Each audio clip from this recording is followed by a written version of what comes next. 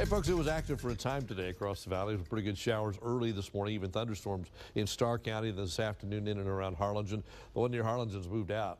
Wait for it. There it is. That was over Port Mansfield and gone. Now we're watching down to the southwest. A little bit of activity firing up down in Mexico, and you can see there's actually a little bit of thunder and lightning mixed in with that now as that stuff it kind of hangs out in the same area. It's not moving much. You notice there's not this one's moving eastward, but most of them just kind of staying in the same place. But it's all just developing, and we think that the upper level winds will carry this stuff eventually off to the east. The question is, they'll develop in a place that'll move it into the valley, and will we get something more than just a couple of showers out of this?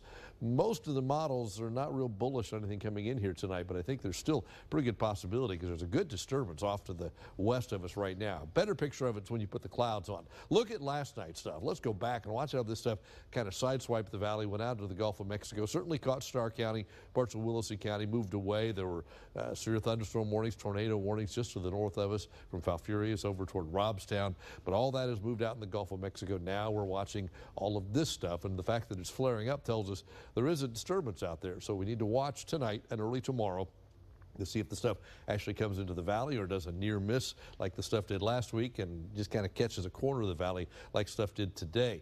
This model, this is the Future Track NAM model, we call it. It shows only spotty stuff overnight tonight. During the daytime tomorrow, perhaps a brief shower or thunder shower as well, but nothing really big or nothing really widespread. Nonetheless, it's, again, one of the situations we have to watch. But by Wednesday, I think the stuff's out of here. Thursday, probably a mainly dry day as well. And then Friday, the chance of rain comes back in. You're already starting to see it on the top of the map by Thursday. So isolated stuff tomorrow, 30%.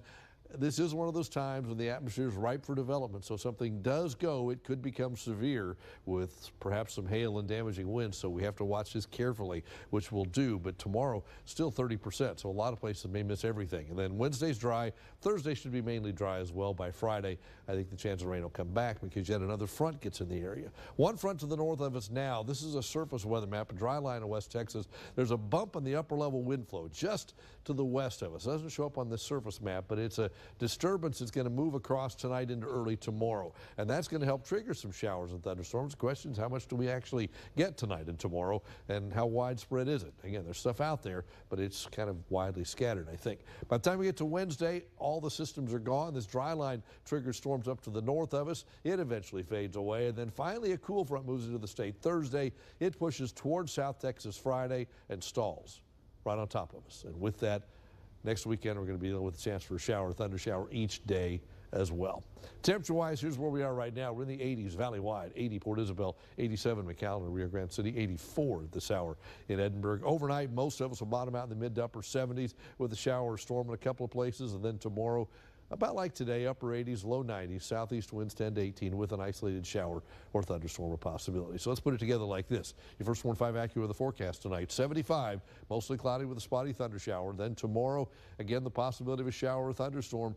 Any shower or thunderstorm tonight or tomorrow has potential to become severe. Not saying we're going to see a lot of that, but the potential is there. So keep an eye on the sky tonight and tomorrow. As you take a look at the next 7 days, we go 89, 92, 94 for Thursday.